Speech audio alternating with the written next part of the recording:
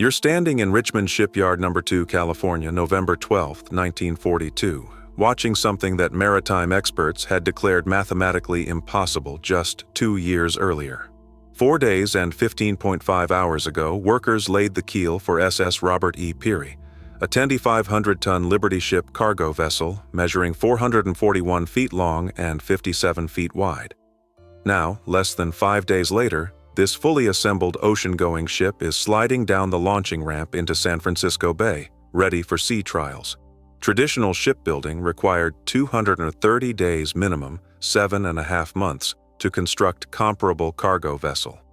Henry Kaiser's revolutionary assembly line methods just built complete ship in less time than most people take for vacation. You're one of approximately 90,000 workers employed across Kaiser's Richmond shipyard complex. Massive industrial operation that literally didn't exist 3 years ago. Before Pearl Harbor attack in December 1941, Richmond was a sleepy working-class town of approximately 20,000 people located 18 miles north of San Francisco across bay. Now it's wartime boomtown of 120,000 residents, operating around the clock in 3 continuous 8-hour shifts, building cargo ships faster than German U-boats and Japanese submarines can sink them. The transformation happened so rapidly that housing, schools, shopping facilities, and infrastructure couldn't keep pace. Workers lived in hastily constructed dormitories, trailers, and even tents pitched on vacant lots near shipyards. Most workers here, including you, had never built ship before Kaiser hired you 6 months ago. Some had never held industrial job of any kind before. Women comprise approximately 30% of your shipyard's workforce, welding massive steel plates together in process that traditional male-dominated shipbuilding industry insisted women couldn't physically perform due to supposed lack of upper body strength and stamina. Kaiser proved that assumption catastrophically wrong by demonstrating that electric welding required technique and precision rather than brute strength, and that women could master welding as effectively as men when given proper training and opportunity. Henry Kaiser proved traditional shipbuilders wrong about virtually everything they'd claimed was impossible. Established maritime construction firms insisted that assembly line mass production techniques would never work for ships. Vessels were too complex, too customized, too large for standardization. Kaiser said that was nonsense and applied Henry Ford's automobile manufacturing principles to shipbuilding with modifications for scale. Traditional builders used riveting to join steel plates, requiring approximately 6 months to train qualified riveters who could drive thousands of metal rivets per ship using pneumatic hammers. Kaiser switched entirely to electric arc welding, training workers in approximately 2 weeks, and eliminating rivet holes that created structural weak points and required constant maintenance to prevent leaks. Traditional shipyards built vessels piece by piece in single location, workers crowding around hull that grew slowly from keel upward over months of sequential construction. Kaiser prefabricated entire ship sections in separate warehouse facilities away from main building ways, then used massive cranes to lift completed sections weighing dozens of tons and assemble them like 3-dimensional jigsaw puzzle. Traditional yards employed master craftsmen who'd served years-long apprenticeships learning multiple shipbuilding skills. Kaiser hired whoever wanted to work regardless of previous experience, training them rapidly in specialized single tasks they'd perform repeatedly. One worker might spend entire shift welding vertical seams on bulkheads, while another welded horizontal deck plates, neither needing to know entire shipbuilding process. The results of Kaiser's innovations were staggering beyond anything traditional maritime industry thought achievable. Between 1941 and 1945, Kaiser's shipyards produced 1,490 vessels total, including 1,052 Liberty ships, 219 Victory ships, faster upgraded cargo vessels, 50 Casablanca-class escort carriers, small aircraft carriers for convoy protection, and various troop transports, tank landing ships, and specialized vessels. His yards alone produced approximately 27% of all U.S. Maritime Commission wartime construction, despite being relative newcomer to shipbuilding industry dominated by East Coast firms with century-long histories. At peak production in 1943, Kaiser's 4 Richmond yards plus facilities in Portland, Oregon and Vancouver, Washington completed 1 ship per day, 365 ships annually from facilities that didn't exist before 1940, employing workforce that had never built ships before, using revolutionary methods that established shipbuilders still claimed were impossible, even as Kaiser demonstrated otherwise. General Dwight D. Eisenhower, Supreme Commander of Allied Expeditionary Forces in Europe, would later write in memoirs that Kaiser's Liberty ships were absolutely essential to winning war against Nazi Germany and Imperial Japan. Without massive merchant fleet capable of transporting troops, tanks, aircraft, ammunition, fuel, food, and supplies across Atlantic Ocean and Pacific Ocean, Allies couldn't have conducted military operations that defeated Axis powers. D-Day invasion on June 6, 1944, required transporting 156,000 troops plus thousands of vehicles and tons of equipment across English Channel from Britain to Nazi-occupied France, logistically impossible without merchant fleet largely built by Kaiser delivering supplies to Britain for 2 years before invasion.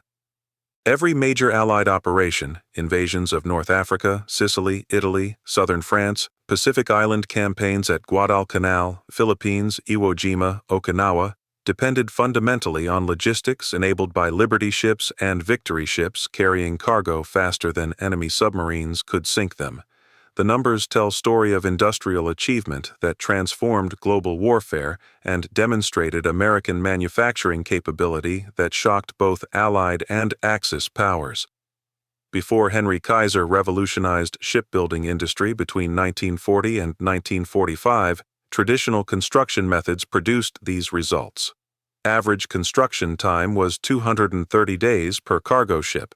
Primary assembly method used riveting, requiring 6 months minimum to train qualified workers. Production occurred at single shipyard location with 1 crew building 1 ship sequentially from keel to completion. Typical annual output from established East Coast shipyard was 30 to 40 vessels per year maximum.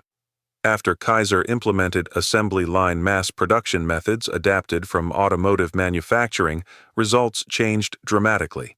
Average construction time dropped to 42 days per Liberty ship.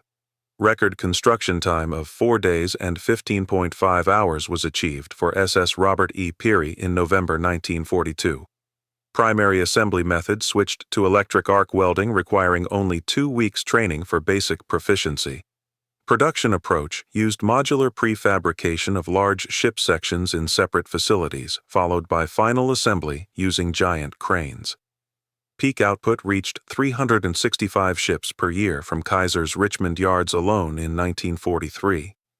Liberty ships built by Kaiser and other yards using his methods transported approximately 75% of all American cargo to European theater during war. They carried millions of tons of ammunition without which Allied armies couldn't fight, fuel without which tanks and aircraft couldn't operate, food without which troops and civilian populations would starve, vehicles without which mechanized warfare was impossible, and complete military units including entire tank battalions, artillery regiments, and infantry divisions.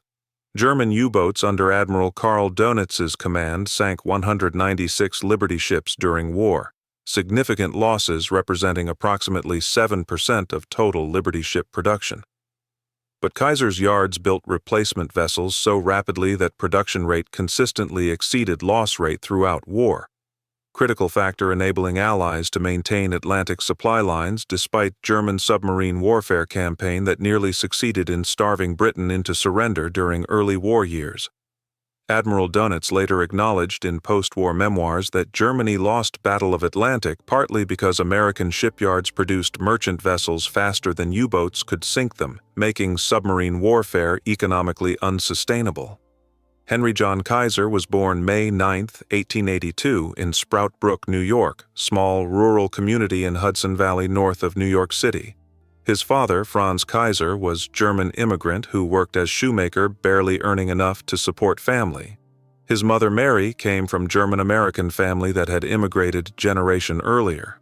Henry grew up in working-class poverty where children were expected to contribute financially as soon as physically capable.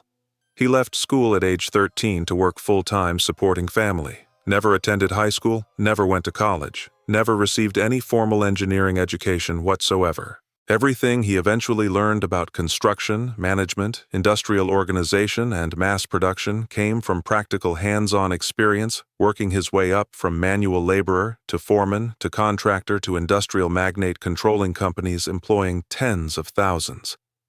At age 16, Henry worked as photographer's apprentice in upstate New York, learning trade while earning minimal wages.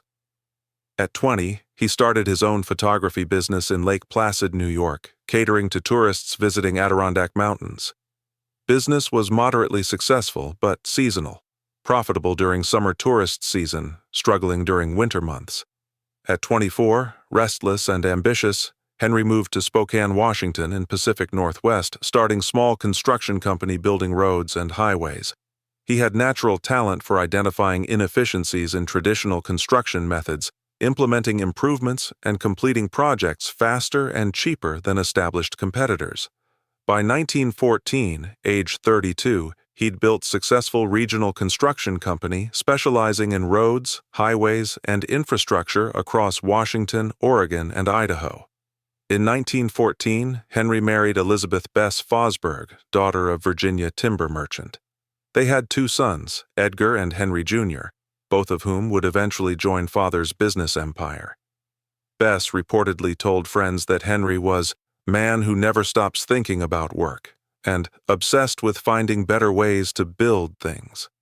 That obsessive work ethic and relentless drive for efficiency improvement would define his entire career. He routinely worked 12 16-hour days throughout his life, rarely took vacations, constantly pushed employees and himself for higher productivity and faster completion times. Between 1914 and 1940, Kaiser built formidable reputation as master of large-scale construction projects that other contractors considered too difficult or too expensive. In 1931, he partnered with 5 other contractors forming a consortium called 6 Companies that won contract to build Boulder Dam, later renamed Hoover Dam, on Colorado River between Nevada and Arizona. Project was largest concrete structure ever attempted at that time, requiring construction of massive dam 726 feet high and 1,244 feet long in remote desert location with extreme temperatures and minimal infrastructure. 6 companies employed over 16,000 workers at peak, operated 24 hours daily, and completed project ahead of schedule despite numerous technical challenges including unprecedented concrete pours, cooling system requirements, and labor management in harsh conditions. Henry Kaiser's role focused on procurement, logistics, and labor relations, ensuring materials arrived on schedule, workers remained productive, and construction proceeded efficiently. Success at Hoover Dam led to additional massive projects. Kaiser built Grand Coulee Dam in Washington state starting 1933, largest concrete dam in United States, requiring even more ambitious engineering and construction than Hoover Dam. He built Bonneville Dam on Columbia River, Oakland Bay Bridge connecting San Francisco to Oakland, hundreds of miles of highways across western states, pipelines, tunnels, and infrastructure that transformed American West. Each project reinforced Kaiser's construction philosophy. Apply industrial efficiency principles to work traditionally done by craftsmen using old methods. Invest in specialized equipment that increases productivity. Standardize processes wherever possible. Train workers rapidly in specific tasks rather than requiring years-long apprenticeships. Complete work faster and cheaper than anyone thinks achievable, then use savings and reputation to win next contract. That philosophy made Kaiser wealthy, but also earned him powerful enemies among traditional contractors who resented his aggressive competitive bidding, innovative methods that made their approaches look obsolete, and willingness to tackle projects they considered impossibly difficult. Maritime industry in particular viewed Kaiser with suspicion and hostility when he entered shipbuilding in 1940 with 0 previous experience building vessels of any kind. In 1939, war began in Europe when Nazi Germany invaded Poland, triggering mutual defense treaties. Britain and France declared war on Germany, but were unprepared for modern mechanized warfare that quickly overran Poland, then France in 1940. British government desperately needed cargo ships to transport supplies while facing growing German U-boat threat to Atlantic shipping lanes. United States, still officially neutral, allowed American shipyards to build ships for Britain under cash and carry provisions of neutrality acts. Kaiser, who had never built ship in his entire life and knew virtually nothing about maritime construction, saw enormous business opportunity. Traditional East Coast shipyards were booked solid with existing orders and couldn't expand capacity quickly enough to meet British demand. Kaiser believed he could apply same mass production techniques that had succeeded on dam construction to shipbuilding, producing vessels faster and cheaper than established maritime firms. He partnered with Todd Shipyards Corporation, well-established naval construction company with expertise Kaiser lacked, to bid on British cargo ship contracts. Traditional shipbuilders laughed openly at Kaiser entering their industry without experience or knowledge. U.S. Maritime Commission officials were deeply skeptical that construction contractor could possibly build seaworthy vessels, but Kaiser offered something nobody else could: commitment to build standardized cargo ships faster and cheaper than any existing yard using assembly line mass production techniques he'd perfected building dams, bridges, and highways. In 1940, Kaiser secured contracts to build cargo ships, establishing Richmond Shipyard No. 1 in Richmond, California, small working-class town across San Francisco Bay. Kaiser's first major challenge was learning how ships were actually constructed. He toured established shipyards on East Coast, observing traditional methods that had dominated maritime construction for centuries. What he witnessed horrified him from industrial efficiency standpoint. Hundreds of workers crowded around single ship hull, performing tasks sequentially, waiting for previous operations to complete before starting next steps, working in cramped, difficult conditions, using riveting that required highly skilled craftsmen. Ships were built essentially same way medieval cathedrals had been constructed, one at a time by specialized craftsmen over many months or years, with minimal standardization and enormous labor requirements. Kaiser immediately recognized that shipbuilding could be completely revolutionized by applying Henry Ford's assembly line principles developed for automobile manufacturing in 1910s, 1920s. But ships weren't cars. They were massive steel structures weighing 10,500 tons empty, measuring 441 feet long and 57 feet wide, requiring complex propulsion systems, navigation equipment, cargo holds, crew quarters, and structural integrity to survive Atlantic storms. Could assembly line mass production techniques really work at that enormous scale for such complex engineering products? Kaiser sent Todd Morrison, one of his trusted associates, to tour Ford Motor Company's legendary River Rouge assembly plant in Michigan to study mass production techniques in action. Morrison spent days observing automobiles moving down assembly lines with workers performing highly specialized tasks at designated stations. One worker installing engines, another attaching wheels, third installing electrical systems. Each worker performed single task repeatedly, becoming extremely efficient through repetition rather than mastering entire automobile construction process. Morrison returned to California convinced same approach could revolutionize shipbuilding if properly adapted to maritime construction's unique challenges and massive scale. Kaiser implemented several key revolutionary innovations that traditional shipbuilders had declared impossible or impractical. First was modular prefabrication approach. Traditional shipyards built vessels from bottom up, welding or riveting each piece individually on slipway where ship hull gradually took shape over months. Kaiser divided Liberty ship design into approximately 50 large sections including bow assembly, stern assembly, multiple midship segments, deck sections, engine room modules, and superstructure components. Each section was prefabricated in separate warehouse buildings located away from main launching slipways. Workers constructed these massive sections lying flat on ground where they could easily access all surfaces, working in comfortable positions rather than climbing scaffolding or squeezing into cramped spaces inside growing hull. Prefabrication provided multiple crucial advantages that dramatically accelerated construction. More workers could work simultaneously on different sections without physically crowding each other, Instead of hundreds of workers competing for space around single hull, Kaiser employed them in separate buildings, each focusing on specific ship section. Sections could be built indoors in controlled environment protected from rain, wind, and extreme temperatures that disrupted outdoor construction. Quality control improved dramatically because inspectors could examine entire section before final assembly, rather than trying to check welds and components inside cramped, completed hull. Most importantly, sections were built in parallel rather than sequentially. Bow section, stern section, and multiple midship modules were all under construction simultaneously rather than waiting for previous work to complete. Once sections reached completion, massive overhead cranes weighing hundreds of tons lifted them and transported them to launching slipways where final assembly occurred.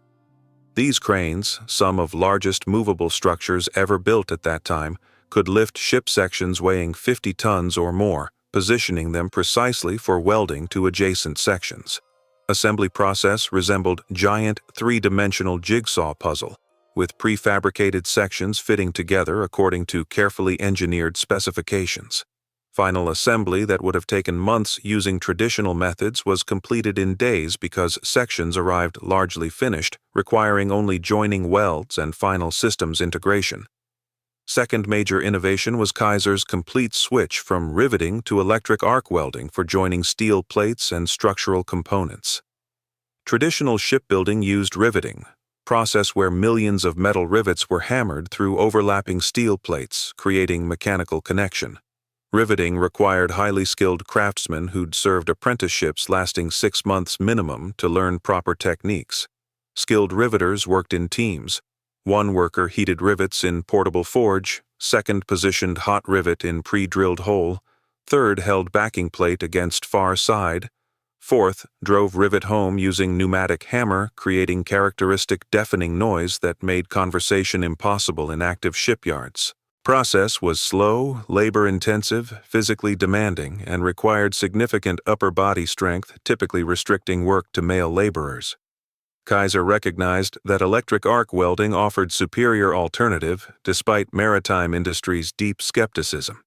Arc welding used electrical current passing through electrode to generate extreme heat-melting base metals, fusing them together as molten pool cooled and solidified. Welding was approximately 3 to 4 times faster than riveting for equivalent joints. Welded joints were actually stronger than riveted connections because weld created continuous bond rather than thousands of individual rivet points that could fail or work loose under stress. Welding eliminated thousands of rivet holes that created potential corrosion points and leak paths requiring constant maintenance. Most crucially for Kaiser's purposes, welding could be taught to completely unskilled workers in approximately 2 weeks of intensive training compared to 6 months for riveting proficiency. Critics argued vehemently that welded ships would be inherently weaker and more dangerous than traditional riveted vessels. Established shipbuilders claimed welds would crack under stress, hulls would split apart in rough seas, and entire ships would simply fall apart during Atlantic crossings. Kaiser conducted extensive metallurgical testing and structural analysis, proving welded hulls were stronger than riveted construction when proper techniques were followed. Early Liberty ships did experience some problems with hull cracking in extremely cold North Atlantic waters, brittle fracture in low-quality steel used for rapid wartime production. Kaiser's engineers solved problem by improving steel specifications, adding crack arresters at critical stress points, and refining welding procedures to ensure consistent quality. Switching to welding opened workforce to groups traditionally excluded from heavy industrial work. Women could learn welding as effectively as men because technique required hand-eye coordination, steady hands, and attention to detail rather than brute physical strength. Kaiser actively recruited women through advertising campaigns emphasizing patriotic duty and economic opportunity. By 1943, approximately 27,000 women worked in Kaiser's shipyards, roughly 30% of total workforce, performing skilled welding, crane operation, electrical installation, painting, and administrative roles. Pay was union scale regardless of gender, approximately $1.20 per hour for skilled welders, equivalent to roughly $20 hourly in 2025 currency adjusted for inflation. Women could earn solid middle-class wages performing challenging technical work. Unprecedented opportunity in 1940s industrial America, where female workers typically earned half what men received for equivalent labor. Kaiser also pioneered hiring African Americans, disabled workers, and elderly employees when most American industries actively discriminated against these groups. Richmond shipyards employed approximately 10,000 African American workers by 1943, many in skilled positions rather than menial labor roles traditionally reserved for black workers in segregated America. Kaiser established company policy prohibiting racial discrimination in hiring, promotion, and compensation. Revolutionary stance in era when Jim Crow laws enforced legal segregation across much of United States. This progressive hiring wasn't purely altruistic. Kaiser needed workers desperately as military draft depleted male workforce, and he pragmatically hired whoever wanted to work regardless of race, gender, age, or physical limitations as long as they could perform assigned tasks safely and productively. Third key innovation was complete standardization of design and components across all Liberty ships built by any yard nationwide. Traditional ships were semi-custom, with each vessel incorporating unique modifications based on owner specifications, builder preferences, and available materials. Kaiser insisted on absolute standardization. Every Liberty ship used identical blueprints, identical components sourced from same suppliers, identical assembly sequences followed by every yard crew. This standardization enabled multiple crucial efficiencies. Workers learned single construction process and repeated it hundreds of times, dramatically reducing training time and error rates. Components could be mass-produced by specialized manufacturers, achieving economies of scale impossible for custom parts. Replacement parts were interchangeable between ships, simplifying maintenance and repairs. Lessons learned building one ship immediately transferred to all subsequent construction. Liberty ship specifications were frozen early in program, allowing massive production of standardized components. Length was exactly 441 feet 6 inches. Beam measured 56 feet 10 inches. Draft depth was 27 feet 9 inches. Displacement was 14,100 tons fully loaded. Every ship used identical triple-expansion reciprocating steam engine producing 2,500 horsepower driving single propeller at maximum speed of 11 knots, approximately 13 miles per hour. Cargo capacity was 10,800 tons, enough to transport 2,840 jeeps or 440 Sherman tanks or 230 million rounds of rifle ammunition or 3 million C-ration meals feeding entire Army Infantry Division for 1 month. Crew consisted of 38 merchant mariners operating ship plus defensive gun crews of 12 to 25 Navy personnel manning weapons, including one 3-inch stern gun, one 37mm bow gun, and 8 20mm anti-aircraft cannons positioned around deck perimeter. Construction cost per Liberty ship averaged approximately $1.8 million in 1943 currency, roughly $30 million adjusted to 2025 value. That cost included all materials, labor, equipment, and Kaiser's profit margin. Traditional East Coast shipyards charged $2.5 to $3 million per comparable vessel and required 3 times longer to deliver. Kaiser's efficiency saved American taxpayers hundreds of millions of dollars while dramatically accelerating delivery timelines that made difference between victory and potential defeat in Battle of Atlantic. Fourth revolutionary innovation was implementing continuous 24-hour operations across 3 8-hour shifts. Traditional shipyards operated primarily during daylight hours with single crew working approximately 40 to 50 hours weekly. Kaiser instituted 3 complete shifts operating around clock 7 days per week.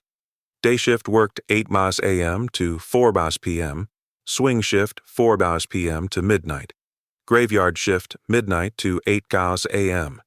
Each shift had complete crews of specialized workers including welders, crane operators, electricians, pipe fitters, painters, inspectors, and supervisors. Work never stopped. When one shift ended, replacement shift immediately continued from exact point where previous crew finished.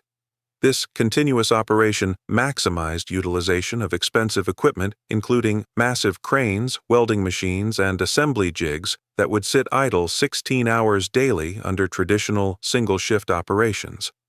Results of Kaiser's innovations exceeded even his optimistic projections. First, Liberty ship built at Richmond Yards required 124 days from keel laying to launch, already dramatic 60-day improvement over traditional 230-day industry average. But Kaiser constantly refined processes, eliminated bottlenecks, streamlined workflows, and pushed crews to work faster. Within 6 months, average construction time dropped to 56 days. By mid-1942, average reached 42 days. Individual yards competing against each other for production records achieved even faster times. Portland Yard launched ship in 10 days in September 1942, deliberately waiting extra 2 days so President Franklin Roosevelt could attend ceremonial launch.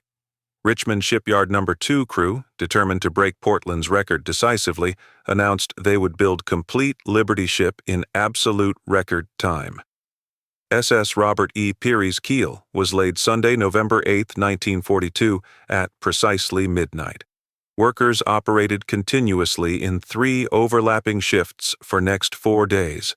Prefabricated sections arrived from assembly buildings according to carefully orchestrated schedule.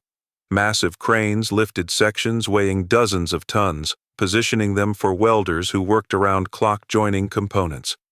Electricians, pipe fitters, painters, and finishing crews followed immediately behind structural assembly, installing equipment and systems as hull took shape hour by hour. 72 hours after keel laying, 3 days, ship's basic structure was complete with watertight hull, engine installed, and primary systems functional. Another 39 hours of intensive finishing work completed remaining tasks including installation of navigation equipment, defensive armament, crew quarters furnishings, safety equipment, and final inspections. Total elapsed time from keel laying ceremony to launch down slipway into San Francisco Bay. 4 days, 15 hours, 29 minutes, approximately 111 hours total. On Thursday, November 12, 1942, SS Robert E. Peary entered water as fully functional ocean-going cargo vessel capable of crossing Atlantic immediately after brief sea trials. President Roosevelt sent congratulatory telegram praising "miracle of production that demonstrates American industrial capability." Newspapers worldwide reported achievement with headlines expressing astonishment.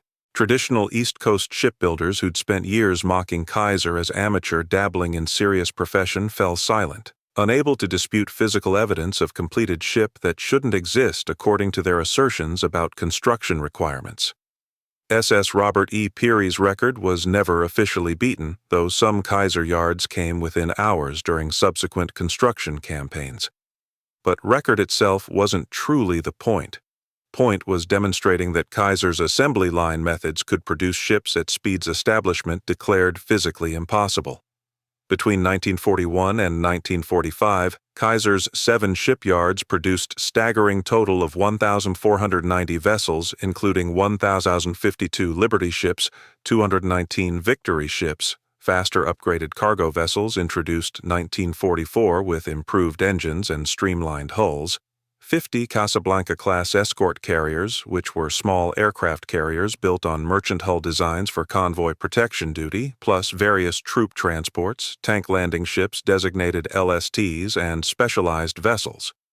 His yards alone produced 27% of all U.S. Maritime Commission wartime construction, despite being relative newcomer competing against established East Coast firms with century-long histories and generations of shipbuilding expertise.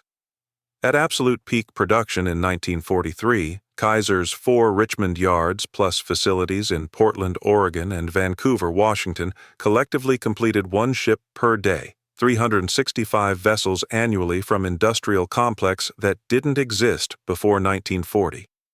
That production rate meant new ship entered service faster than German U-boats and Japanese submarines could sink existing merchant vessels. Critical factor enabling allies to maintain supply lines despite enemy submarine warfare campaigns designed specifically to strangle Allied logistics by sinking cargo ships faster than replacements could be built.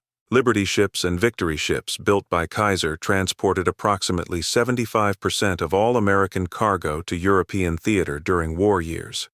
They carried millions of tons of ammunition without which Allied armies couldn't sustain combat operations, fuel without which tanks and aircraft couldn't function, food without which troops and liberated civilian populations would starve, vehicles without which mechanized warfare was impossible, and complete military units including entire armored divisions, artillery regiments, and infantry divisions with all their equipment. German U-boats under Admiral Karl Dönitz's command sank 196 Liberty ships during war, significant losses representing approximately 7% of total Liberty ship production, translating to thousands of merchant mariners killed and millions of tons of cargo lost. But Kaiser's yards and other American shipyards using his methods built replacement vessels so rapidly that production rate consistently exceeded loss rate throughout war, critical achievement enabling Allies to maintain Atlantic supply lines despite submarine warfare that nearly succeeded in starving Britain into negotiated peace during 1940-1942 period. Admiral Dönitz acknowledged in post-war memoirs that Germany ultimately lost Battle of Atlantic partly because American industrial capacity produced merchant ships faster than U-boats could sink them, making submarine warfare economically and strategically unsustainable. Germany would have needed roughly twice as many submarines operating continuously to overcome American shipbuilding capacity, resources Germany couldn't allocate while fighting Soviet Union on Eastern Front and defending against Allied bombing campaigns destroying German industrial infrastructure. After war ended in August 1945, Kaiser transitioned from military production to civilian enterprises with same innovative drive that characterized his shipbuilding revolution. He founded Kaiser Aluminum Corporation, developing lightweight alloys for commercial aviation and construction. He established Kaiser Steel, producing high-quality steel for automotive and construction industries. He created Kaiser Motors, attempting to compete in post-war automobile market, though that venture ultimately failed against established Detroit manufacturers. Most significantly and lastingly, he founded Kaiser Permanente, integrated healthcare system providing prepaid medical coverage to employees and families, pioneering health maintenance organization model that revolutionized American healthcare delivery. Kaiser Permanente originated from healthcare programs Kaiser established for shipyard workers during war. Richmond yards employed 90,000 workers at peak, many living in hastily constructed housing without access to adequate medical care. Kaiser contracted with physician Sidney Garfield to establish on-site medical facilities providing comprehensive health care funded by small payroll deductions, approximately 50 cents weekly per worker. Program proved enormously successful, providing quality health care while keeping workers healthy and productive. After war, Kaiser opened program to public, eventually growing into one of America's largest healthcare systems, serving millions of members nationwide. Henry Kaiser died August 24, 1967, at age 85, in Honolulu, Hawaii, where he'd retired after building career as one of 20th century's most successful industrialists. His net worth exceeded $300 million, roughly $2.8 billion in 2025 currency, accumulated through construction, shipbuilding, aluminum, steel, healthcare, and real estate ventures. But his lasting legacy wasn't wealth. It was demonstrating that revolutionary innovation could transform entire industries, that so-called impossible challenges could be solved through creative application of mass production principles, that marginalized workers, including women and minorities, could perform skilled industrial labor when given training and opportunity, and that American industrial capacity properly mobilized could produce miracles. General Dwight Eisenhower later wrote that without Kaiser's Liberty ships, Allied victory would have been impossible or delayed by years costing countless additional lives. Every major Allied operation, North Africa invasions, Sicily landings, Italian campaign, D-Day assault on Normandy beaches, Pacific Island campaigns from Guadalcanal to Okinawa, depended fundamentally on logistics enabled by cargo ships Kaiser built faster than anyone thought achievable. Those ships carried soldiers, tanks, aircraft, ammunition, fuel, and supplies that defeated Nazi Germany and Imperial Japan, saving civilization from totalitarian darkness. Roosevelt called Kaiser's shipbuilding achievement "miracle of production." That wasn't hyperbole. It was accurate description of industrial revolution that transformed maritime construction from craft industry to mass production, proved that American innovation could overcome any challenge, and demonstrated that ordinary workers, women, minorities, disabled veterans, elderly employees, could accomplish extraordinary things when given opportunity, training, and leadership that believed in their potential rather than accepting traditional limitations. Henry Kaiser entered shipbuilding knowing nothing about maritime construction. He left it having built 1,490 vessels in 4 years, revolutionized entire industry, helped win world's most destructive war, and proved that impossible was just word people used before someone figured out how to make it possible.